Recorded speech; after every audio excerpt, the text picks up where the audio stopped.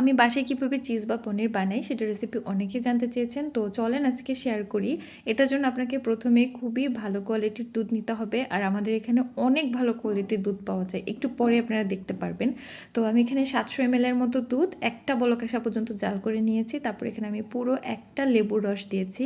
কিন্তু একটা লেবুর রসে এই দুধ থেকে ভালো করে ছানা কাটেনি, কারণ এই দুধটা খুবই ভালো কোয়ালিটির ছিল। এখানে আরও লেবুর দরকার ছিল, বাট আমার কাছে আজকে লেবু ছিল না, ইভেন ভিনেগারও ছিল না। যতটুকু ছানা কেটেছে আমি ততটুকুই নিয়েছি। বাকি দুধটা কিন্তু একদমই টক হয়নি, এটা আমি আবার ইউজ করতে পারবো। আর একটু লেবুর রস থাকলে এখানে অনেক ভালো পরিমাণে চিজ পেতাম, বাট যেহেতু আজকে ছিল না কিছু করার নেই। কিন্তু আমি অবাক হয়েছিলাম যে এই দুধটা একটু টক হয়নি, কারণ আসলে দুধটা অনেক বেশি ভালো। এনিওয়েজ দেন আমি একটুখানি পানি দিয়ে এটাকে ওয়াশ করে এরকম হাত দিয়ে হালকাভাবে চেপে পানিটা, এক্সট্রা পানি যেগুলো সেগুলো বের করে নিয়েছি। আর একদম পুরো ড্রাই করে ফেলিনি। তারপর আমি এইভাবে রেখেছিলাম আধা ঘন্টার মতো, যাতে করে এক্সট্রা যে পানিগুলো সেগুলো বের হয়ে যায়।